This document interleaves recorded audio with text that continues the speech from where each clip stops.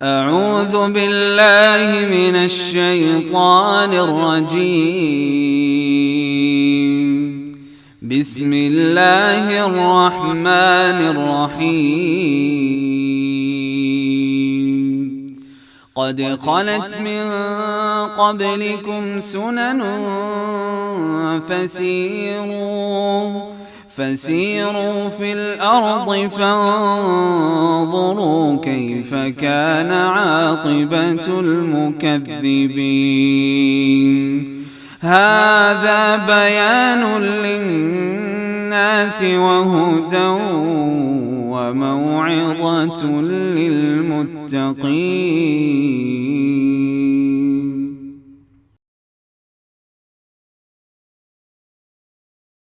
اعوذ باللہ من السلام علیکم ورحمۃ اللہ وبرکاتہ.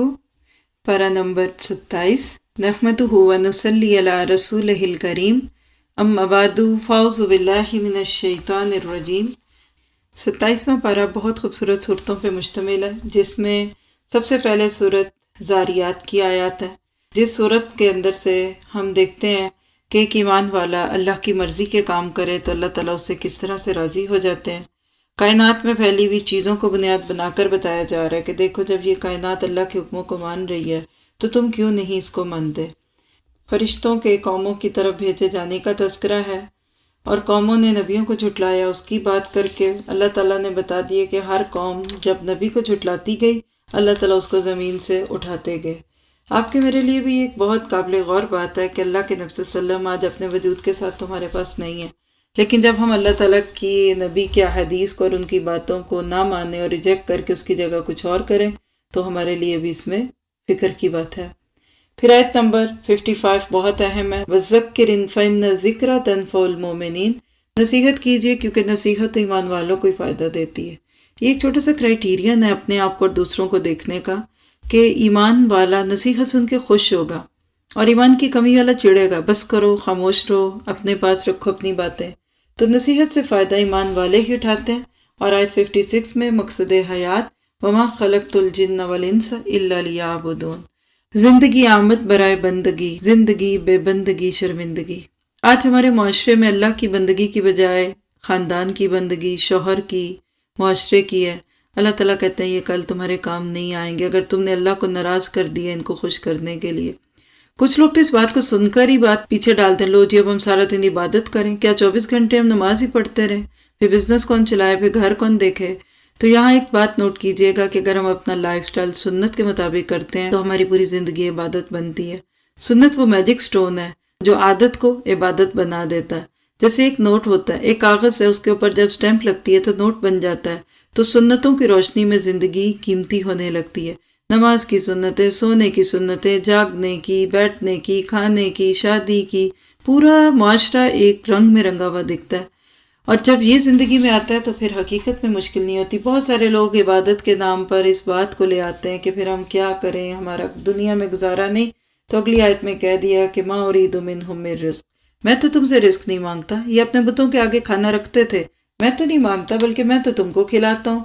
تو اصل بات ہے کہ جس کو سمجھ آ گئی اس بات کی وہ کبھی بھی اللہ کو ناراض نہیں کرے گا. سورۃ طور بہت اسٹرانگ سورت ہے، وہ جگہ جہاں حضرت موسیٰ کو شریعت ملی. اللہ سبحانہ تعالیٰ نے اس کا جہاں ذکر کر کے قیامت کے جھٹکوں کو دکھایا گیا، کیسے قیامت کے دن بڑے بڑے پہاڑ ہل رہے ہوں گے، کس طرح جہنم میں لوگوں کو دھکے دیے جا رہے ہیں، اور کہا جائے گا ھذہ النار التی کنتم بھا تکذبون. آیت 14 میں یہ ہے وہ آگ جس کو تم جھٹلاتے تھے. دیکھا جائے تو بہت بڑی حقیقت ہے جس کو لوگ نہیں مانتے. اور آپ دیکھیے کہ جب لوگ دنیا میں جھٹلاتے ہیں اور اللہ ان کو پکڑتا ہے تو پھر تو چیخیں نکلتی ہیں، لیکن وہاں تو کوئی سننے والا بھی نہیں ہوگا، وہاں تو کوئی رونے والا نہیں ہوگا. دنیا میں زلزلہ آتا ہے تو خبریں چھپتی ہیں، بلیٹن ہیں، تبصرے ہیں، اخباری نمائندے ہیں، وہاں کون آئے گا؟ اس لیے انسان کو ہمیشہ سوچنا چاہیے کہ اللہ کے دین کی کسی بات کو نہیں جھٹلانا. آج صبر کر لیں، تھوڑا سا صبر ہے دین پہ عمل کا، کل اس کی بہت ویلیو ہوگی. آج نہیں کریں گے تو کل بات نہیں بنے گی.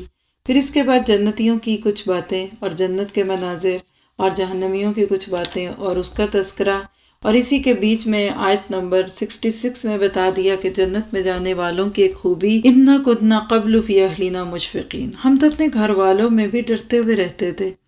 ایک ایمان والا اپنے گھر میں ہو، شادی میں ہو، خاندان میں ہو، دوستوں کے ساتھ ہو، وہ ہر وقت ڈرتا رہتا ہے کوئی ایسی بات نہ کہہ دوں جو اللہ کو بری لگے، آخرت ہاتھ سے چھننے کا خوف رہتا ہے۔ بعض دفعہ ہمارے ڈرائنگ روم مینرز تو بہت خوبصورت ہوتے ہیں، لیکن ہمارا اپنے گھر والوں سے، ملازموں سے، بیویوں سے معاملہ بگڑا ہوتا ہے۔ ہمارے اچھے اخلاق کے سب سے زیادہ حقدار ہمارے قریب رہنے والے ہوتے ہیں۔ بعض دفعہ اپنائیت کے نام پہ غیبتیں کرتے ہیں، تانے دیتے ہیں، تو اپنے لوگوں میں بے تکلفی میں بھی اللہ کو نہیں بھولنا، کیونکہ یہی وہ چیز ہے جو جنت میں لے کر جانے کا ذریعہ بنتی ہے۔ آیت 29 میں بتا دیا گیا فذکر، نصیحت کرتے رہے، بس آپ کرتے رہیں، جو مانتا ہے وہ مانے گا، جو نہیں مانتا وہ نہیں مانے گا۔ پھر ان کے شرک پر کچھ چوٹیں ہیں کہ یہ جو کچھ کہتے ہیں ذرا کر کے تو دکھائیں، اور یہ نہیں کر سکیں گے۔ کریں کیا؟ آیت 45 فَذَرْهُمْ حَتَّى يُلَاقُوا يَوْمَهُمُ الَّذِي فِيهِ يُسْعَقُونَ، چھوڑ دو ان کو، پڑے رہیں اپنے کھیل تماشوں میں، جو کر رہے ہیں وہ کرتے رہیں، جب ان کو ملاقات کرنی پڑے گی اس دن میں جب یہ بے ہوش ہو رہے ہوں گے تو ان کو لگ پتہ جائے گا۔ کیا پتہ چلا کہ قیامت کے دن سب مزے کرکرے ہو جائیں گے۔ سورت کے آخری آیت میں بتا دیا وَمِنَ اللَّيْلِ فَسَبِّحْهُ وَأَدْبَارَ النُّجُومِ، رات کو بھی تسبیح کیا کرو اور جب ستارے پلٹتے ہیں تب بھی۔ کیا مطلب؟ صبح و شام رب کو یاد کرو، اس کو یاد کر کے ہی زندگی میں کچھ نہ کچھ کام انسان کر سکتا ہے۔ سورت نجم میں نبی صلی اللہ علیہ وسلم کا واقعہ معراج دوسرے حصے میں پیش کیا جا رہا ہے۔ سورت اسراء میں ابتدائی سفر تھا، اس میں انتہائی سفر ہے، جبرائیل علیہ السلام کے آپ کے قریب ہونے اور آپ کو سدرۃ المنتہا تک پہنچانے کا ذکر ہے۔ یہ ساری آیات جبرائیل کے لیے، بعض لوگ اسے غلط فہمی کھا کر اللہ سبحانہ تعالیٰ کے ساتھ رکھتے ہیں۔ حضرت عائشہ نے اللہ کے نبی سے پوچھا تھا کہ آپ نے اللہ تعالیٰ کو دیکھا ہے؟ تو آپ نے فرمایا کہ عائشہ اللہ تو ایک نور ہے، میں اس کو کیسے دیکھ سکتا ہوں؟ خواب میں دیکھا تھا، جنت میں جا کے جنتی دیکھیں گے، لیکن دنیا میں نہیں دیکھا۔ لیکن اللہ تعالیٰ نے اس موقع پہ اپنے نبی کو بہت ساری نشانیاں دکھائی تھیں، جس سے آپ کا یقین اور بڑھا اور آپ کی دعوت میں اور زیادہ شدت بھی آئی۔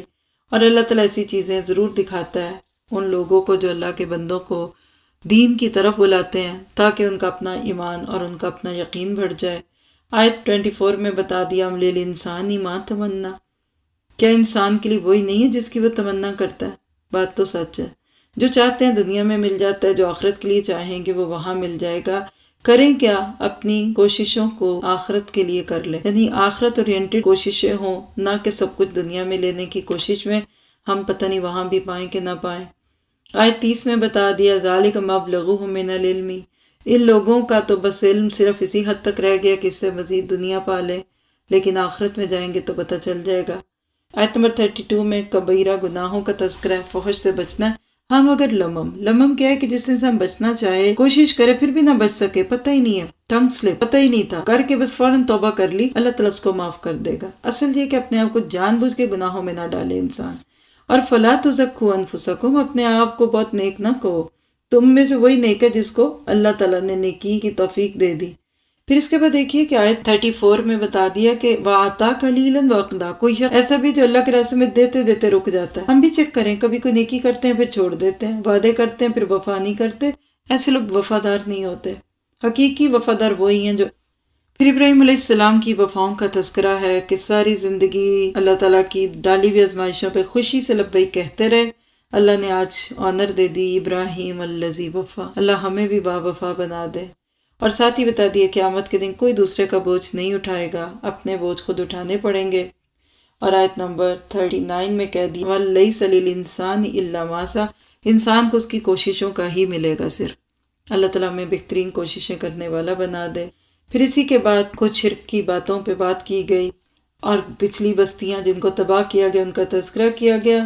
اور آیت نمبر 59 میں ایک سوال ہے أَفَمِنْ هَذَا الْحَدِيثِ تَعْجَبُونَ وَتَضْحَكُونَ وَلَا تَبْكُونَ، کیا اب یہی باتیں جن پر تم اظہار تعجب کرتے ہو، ہنستے ہو، روتے نہیں ہو اور گا بجا کر اس کو ٹالتے ہو؟ مکہ والے اللہ کے نبی سے قرآن سن کر ہنستے تھے، تالیاں پیٹتے تھے، مذاق کرتے تھے۔ آج بھی کچھ لوگ انہی چیزوں کو استعمال کر کے کبھی راگ رنگ اپناتے ہیں، کبھی کچھ، اور گا بجا کر اللہ سے محبت کی بات کرتے ہیں۔ اللہ سبحانہ تعالیٰ فرماتے ہیں کہ اپنی اصلاح کر لو۔ سنجیدہ دین ہے ہمارا، بہت میچور دین ہے، اور اس میں سچی خوشی جو ہے وہ اور چیزوں کا نام ہے۔ جب آپ اللہ کے بندے بنتے ہیں نا، آپ کے اندر خوشی ہوتی ہے، آپ کو کھوکھلی ہنسیوں کی ضرورت نہیں ہوتی، آپ کو تنہائی بھی خوبصورت لگتی ہے۔ اور پھر آج سورۃ قمر میں قیامت کے کچھ منظر اور قیامت کی قربت کا ذکر کیا گیا۔ اللہ کے نبی کی زندگی کے ایک معجزے کو بیان کیا گیا۔ چاند 2 ٹکڑوں میں بٹ گیا، اسی طرح قیامت کے دن اللہ تعالیٰ اس سے بڑی تبدیلیاں بھی لے آئے گا۔ پھر حشر کے کچھ منظر ہے، قبروں سے جب لوگ نکلیں گے ٹڈیوں کی طرح بکھرے ہوں گے اور پکارنے والے کے پیچھے بھاگ رہے ہوں گے۔ پھر حضرت نوح علیہ السلام کی بے بسی، فدعا ربہ انی مغلوب فانتصر، 950 سال کی تبلیغ سے بھی لوگوں کے دل نہ کھلے تو اللہ سے مدد مانگی، اور اللہ نے پھر جب ان پر عذاب بھیجا اس کا تذکرہ آیت 17 ہمیں بہت تسلی دلواتی ہے کہ وَلَقَدْ يَسَّرْنَا الْقُرْآنَ لِلذِّكْرِ فَهَلْ مِن مُدَّكِرٍ، ہم نے اس قرآن کو نصیحت کے لیے آسان کر دیا، اب کوئی ہے جو نصیحت لے۔ تو واقعی قرآن سے نصیحت لینی ہو تو بہت پڑھے لکھے ہونے کی بھی ضرورت نہیں، بہت چھوٹی عمر اور بہت بڑی عمر کے لوگ بھی لے لیتے ہیں۔ اللہ تعالیٰ ہمیں بھی لینے والا بنا دے۔ پھر پچھلی قوموں پہ جو پکڑ تھی ان کا تذکرہ ہے، اور بیچ میں یہی بات بار بار آ رہی ہے کہ ہم نے اس قرآن کو نصیحت کے لیے آسان کر دیا۔ اللہ کرے کہ آج ہم بھی اس کو نصیحت کے لیے پڑھنے والے بنے۔ برکت کے لیے تو بہت سارے پڑھتے ہیں، نصیحت کے لیے کم ہیں جو پڑھتے ہیں۔ پھر اس کے بعد اللہ سبحانہ تعالیٰ نے سورت کے آخر میں بتا دیا کہ ان المتقین فی جنات و نہر، نافرمانی سے بچنے والے یقیناً باغوں اور نہروں میں ہوں گے، سچی عزت کی جگہ بڑے ذی اقتدار بادشاہ کے پاس۔ یہ ہے اصل پروٹوکول، ان لیڈز کی محفل تو یہ ہوتی ہے۔ اللہ تعالیٰ مجھے آپ کو اسی میں ڈال دے۔ اصل کامیابی یہ ہے کہ جنت سے کم پہ کسی چیز پہ انسان راضی نہ ہو، وہاں پہنچ کے چین پائیں گے، وہاں جا کے خوشی منائیں گے، وہاں جا کر راضی ہوں گے۔ پھر اس کے بعد معروف صورت ہے الرحمن، جو واقعی اللہ کے سب سے بڑے رحم کو کھولتی ہے کہ الرحمن علم القرآن، رحمان نے قرآن سکھایا۔ تو یہ قرآن اللہ کا رحم ہے جس میں اللہ نے امتوں کو پنپنے کے نسخے سکھا دیے۔ انسان کی تخلیق کی بات ہے، اللہ تعالیٰ نے جو جو نعمتیں دی اس پہ سوال کیا، فَبِأَيِّ آلَاءِ رَبِّكُمَا تُكَذِّبَانِ، کیا اللہ تعالیٰ کی نعمتوں کو تم جھٹلا سکتے ہو؟ اس کا جواب یہی دے سکتے ہیں کہ اللہ ہم تیری کسی نعمت کو نہیں جھٹلا سکتے، کیونکہ تیری ذات خود اپنے وجود سے ہمیں ہر چیز کو ثابت کر رہی ہے۔ اور اس میں یہ بھی بتا دیا کہ اگر تم اللہ کی حدوں سے بھاگ سکتے ہو تو بھاگ کے دکھاؤ، لیکن تم نہیں بھاگ سکتے۔ پھر قیامت کے دن آسمان کی جو رنگت ہوگی اس کو قدّہان کہا گیا، وردتن قدّہان۔ سوچیے اگر آج ہی ریڈ کلر کا آسمان ہو کتنا خوف آئے گا، ایسے لگے جیسے خون ٹپکے گا بھی۔ اللہ تعالیٰ نے زمین آسمان کے جو رنگ رکھے یہ بھی بڑے حکمت والے ہیں، بار بار دیکھنے سے بھی دل نہیں بھرتا۔ سکن کلر ایسا ہے کہ وہ بیچ میں مٹا رہتا ہے۔ اگر زمین پرپل کی کلر کی ہوتی، اورنج ہوتی، شاکنگ پنک ہوتی تو ہم کیسے عجیب فنی لگتے اور ہمیں کیسا لگتا۔ تو یہ اس ذات نے یہاں بنایا، جنت میں جو کچھ ہوگا اس کا تو آج کوئی تصور بھی نہیں کر سکتا۔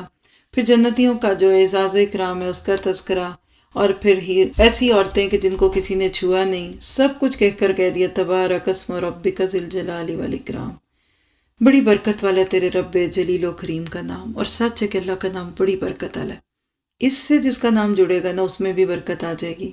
پھر سورت واقعہ حقیقت میں ہر ایک کو اپنا مقام دکھاتی ہے۔ 3 قسم کے لوگ ہیں، کسی کو اصحاب الشمال کہا تو کسی کو اصحاب المیمنہ کہا، اور کچھ کو سابقون الاولون کہا۔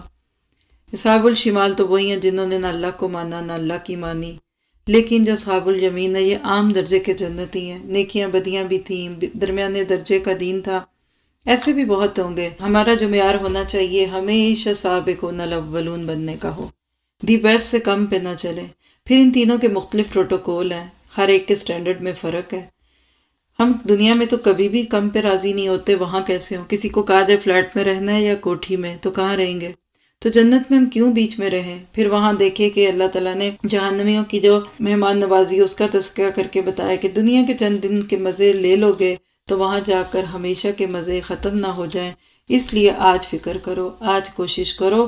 اور کہہ دیا فسبح بسم ربک العظیم، اپنے رب کے نام کی تسبیح بیان کرو، اللہ کے نام کو بڑا کرو، اس کے نام کو بلند کرو، اس کے دین کو پھیلاؤ، اس کی بات کو مانو تاکہ انسانیت اس برے انجام سے بچ جائے جو یہ قرآن ہمیں دکھاتا ہے۔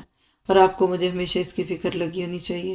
قرآن اتنی پاکیزہ کتاب ہے کہ فرشتے اس کو چھوتے ہیں، لوح محفوظ میں جو کتاب ہے۔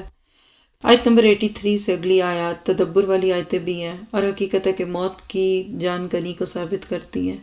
فَلَوْلَا إِذَا بَلَغَتِ الْحُلْقُومَ، پھر کیوں نہ ہوا جب جان حلق میں پہنچتی ہے، وَأَنْتُمْ حِينَئِذٍ تَنظُرُونَ، پھر اس وقت تم تو دیکھ ہی رہے ہوتے ہو۔ ہم بھی دیکھتے ہیں مرنے والے کو، مرنے والا ہمیں دیکھ رہا ہوتا ہے۔ وَنَحْنُ أَقْرَبُ إِلَيْهِ مِنْكُمْ وَلَكِنْ لَا تُبْصِرُونَ، ہم تو ادھر ہی ہوتے ہیں، یعنی ہمارے بھیجے ہوئے فرشتے موجود ہوتے ہیں لیکن تمہیں دکھتا نہیں ہے۔ تو پھر آج کر لو، پلٹاؤ اس کو، جان کو، باقی نہیں، اب تو آگے کا سفر ہے۔ تو انسان کی بے بسی تو موت کے وقت دکھتی ہے، باقی چیزوں کو تو انسان کہاں اپنے نام پہ ڈالے۔ پھر اس کے بعد سورت حدید ہے جو بہت اسٹرانگ سورت ہے، نام کی طرح لوہے کو کہتے ہیں۔ اس پوری سورت میں اللہ تعالیٰ کی تسبیحات، اس کی خوبیاں اور اس کا اول و آخر ہونا، ظاہر و باطن ہونا، ہر چیز کو جاننے والا، زمین و آسمان کی تخلیق کی بات، زمین میں جو جاتا ہے اس کو بھی جانتا ہے، جو نکلتا ہے اس کو بھی جانتا ہے، سب کچھ کر کے آیت نمبر 7 میں کہہ دیا آمین باللہ ورسولہ، اللہ اور اس کے رسول پر ایمان لاؤ، وانفقوا مما جعلکم مستخلفین فیہ، اور اسی میں سے خرچ کرو جس کا وارث اس نے تم کو بنایا، تمہیں اللہ نے دیا اس میں کچھ دے دو، 100 میں سے 2.5 بھی مشکل ہے، باقی 97 کا حساب کون دے گا؟ اور اللہ کے راستوں میں دینے کی بہت رغبت ہے اس پوری صورت میں، کیونکہ اسلام کو آج بھی مال کی ضرورت ہے، اور اسلام کو پھیلانے کے لیے مال کی ضرورت جتنی آج ہے شاید اس سے پہلے نہیں تھی۔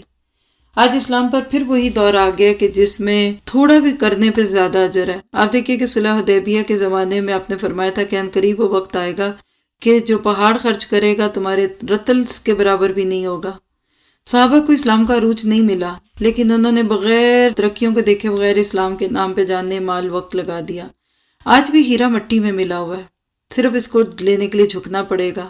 آج اگر ایسے ادارے بنائے، دیکھیں اس میں قرض حسنہ کی بار بار بات ہو رہی ہے۔ آیت نمبر 11 میں دیکھیں من ذا الذی یقرض اللہ قرضا حسنا، اللہ اس کو قرض کیوں کہتا ہے؟ کیونکہ ایک تو اللہ کے دین کو پھیلانے کے لیے ہوتا ہے، دوسری بات ہے کہ جب اللہ اس کو واپس پلٹائے گا، کئی گنا واپس پلٹائے گا، تو اجتماعی فائدوں کے لیے اس کو استعمال کیا جاتا ہے، اس لیے اس کو قرض حسن کہا گیا۔ ابو دہدا نے تو 600 کھجوروں سے بھرا ہوا اپنا باغ اور گھر دے دیا تھا۔ آج ہم اس کو سن کر کیا کہتے ہیں، یہ ہمارا ایمان ہمیں بتائے گا۔ آج اسلام کا سٹاک بہت چڑھا ہوا ہے، ان قریب گر جائے گا۔ چڑھا کیوں ہے کہ آپ اسلام کا کام کرنے والے تھوڑے ہیں، ایک وقت آئے گا بہت لوگ کام یہ کریں گے، اس وقت پھر ہمارے کام کی وہ قدر نہیں ہوگی جو آج ہو سکتی ہے۔ پھر پل صراط کی جھلکیاں، کیسے وہ لوگ اس وقت وہاں موجود ہوں گے کہ جن کو روشنی ملے گی، اور وہ لوگ جن کے اس روشنی نہیں ہے، نفاق میں زندگیاں بسر کر دی، وہ وہاں بھیک مانگ رہے ہوں گے کہ تھوڑی سی تو ہمیں بھی دے دو تاکہ ہم بھی تمہاری روشنی میں چلیں، لیکن کہا نہیں۔ 4 باتیں اس بارے کی آیت تدبر میں ایک اور آیت آ گئی کہ جب ان کو پکاریں گے کیا ہم تمہارے ساتھ نہیں تھے، تو کہیں گے ہاں تھے تو ہمارے ساتھ، مگر تم نے فتنوں میں اپنے آپ کو ڈالا، تم نے موقع پرستی کی، انتظار ہی کرتے رہ گئے۔ یہ وہ لوگ ہیں جو اسلام کا نام تو لیتے ہیں لیکن اسلام ان کے دل میں نہیں ہے، وہ فائدے اور نقصان کو دیکھتے ہیں۔ اسی لیے آیت 16 میں کہا الم یانی للذین آمنوا ان تخشع قلوبہم لذکر اللہ، کیا اب ایمان والوں کے لیے وہ وقت نہیں آیا کہ ان کے دل اللہ کی خشیت سے ڈر جائیں؟ ہم بھی اپنے آپ سے پوچھیں آخر میں کب ڈروں گی، آخر میرا دل کب بدلے گا، اور ہم شیطان کی ان باتوں میں تو نہیں آ رہے۔ اب دیکھیے کہ یہ پوری چیزیں آپ کو مجھے یہ سکھاتی ہیں کہ اس دنیا میں لوگوں کو اس کتاب سے جوڑ دو، اللہ کی مرضی سمجھا دو، ورنہ وہاں جا کر پلٹنے کا موقع نہیں ہے۔ پھر آیت نمبر 20 میں دنیا کی حقیقت، اعلموا انما الحیاۃ الدنیا لعب ولہو وزینۃ وتفاخر بینکم وتکاثر فی الاموال والاولاد۔ یہ آیتیں بھی غور طلب ہے۔ بچپن میں کھیل اچھا لگتا ہے، پھر جوانی میں ذرا سا لاف شامل ہو جاتا ہے جن سے مخالف کی کشش ہوتی ہے۔ 20 کے بعد زینت، سجو سنورو، گھر اچھا، شادی، دلہن، کپڑے، گھر، اور 30 کے بعد تفاخر بینکم، پھر فخر رہ جاتا ہے، میرے اتنے بچے، تمہارے شوہر کی کیا کمائی، میرا یہ، اور پھر آخر میں 50 کے بعد تو تکاثر فی الاموال والاولاد، پھر زمینیں ناپتے رہتے ہیں، سٹاک ایکسچینج دیکھتے رہتے ہیں، اور دنیا سے جانے کا وقت آتا ہے۔ اللہ تعالیٰ کہتے ہیں یہ دنیا 4 دن کی، اس کے بعد تمہیں لگ بتا جائے گا، کہاں پہنچے تھے، کیا پانا تھا، کرو کیا، سابقوا الی مغفرۃ من ربکم، اپنے رب کی طرف بھاگو، بخشش مانگو، گناہوں کی معافی لو، اور اس جنت کی طرف بھاگو جو اللہ نے ایمان والوں کے لیے تیار کی ہے۔ اللہ تعالیٰ مجھے آپ کو اس کی فکر لگا دے۔ پھر خوش رہنے کا راز ہے آیت نمبر 22 اور 23 میں کہ خوشی ملے تو اس پہ بہت فخر نہ کرو، اتنے نہ خوش ہو جاؤ کہ خوشی دینے والے کو ناراض کر دو، اور غم ملے تو اتنے اداس نہ ہو جاؤ کہ ڈپریشن میں چلے جاؤ، بیچ میں رہو، بی ماڈریٹڈ۔ اللہ تعالیٰ ایسے لوگوں کو پھر بیچ میں رکھتا ہے، اور وہ پھر خیر سے اللہ تعالیٰ کو راضی کر ہی لیتے ہیں۔ دوبارہ بخل کی بات ہے، اور پھر اس کے بعد انبیاء کرام کے تذکروں میں ابراہیم کا قصہ، اور آخر میں بتا دیا کہ تم اللہ کے راستوں میں نکلو گے، ایمان کے بعد تقوی لاؤ گے، اللہ کے رسول پر ایمان لاؤ گے، تمہیں دوہرے حصے دے گا اپنے رحمت میں سے، ایسی روشنی ہوگی جس میں تم چلو گے۔ اللہ تعالیٰ سے دعا کرتے ہیں کہ وہ ہمیں اسی میں کر دے۔ یہ پارہ تھا، اس میں سے بہت ساری تدبر کی آیتیں ہیں، لیکن خاص طور پہ جن پہ آپ اور میں غور کر سکتے ہیں وہ سورۃ حدید، بلکہ اگر میں آپ کو کہہ دوں اور مشکل نہ لگے تو پوری سورۃ حدید کی تفسیر سن لیجئے۔ الگ سے بھی ہوئی ہے، ڈیٹیلز میں بھی ہے، لیکن آیت نمبر 20 سے اگلی آیتوں پہ ضرور غور کیجئے گا کہ میری اس دنیا کی اصل کیا ہے اور میں نے اس کو اپنے دل کا کتنا بڑا غم اور ہم بنایا ہے۔ عمل کی یہی باتیں ہیں کہ ہم نے اللہ کی رضا کے لیے بھاگنا ہے، دوڑنا ہے، اپنے اعمال کو درست کرنا ہے، دوسروں کو بھی معاف کرنا ہے اور خود کو بھی اللہ سے معافی لینے کے قابل کرنا ہے، بخل نکالنا ہے، نیکی کے کاموں میں بڑھ چڑھ کے کام کرنا ہے، کبیرہ گناہوں سے بچنا ہے اور دین کے راستوں پہ اپنے گھر والوں کو ساتھ لے کر چلنا ہے۔ پوری صورت بلکہ پورا پارہ ہی ہمیں اسی بات کی دعوت دیتا ہے کہ استقامت فی الدین اختیار کرو۔ سبحانک اللہم و بحمدک اشہد ان لا الہ الا انت استغفرک و اتوب الیک۔ السلام علیکم و رحمۃ اللہ وبرکاتہ۔ أعوذ بالله من الشيطان الرجيم. بسم الله الرحمن الرحيم. قد خلت من قبلكم سنن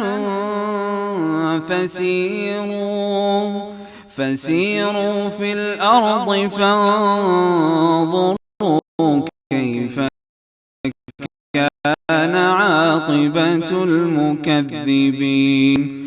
بيان للناس وهدى وموعظة للمتقين.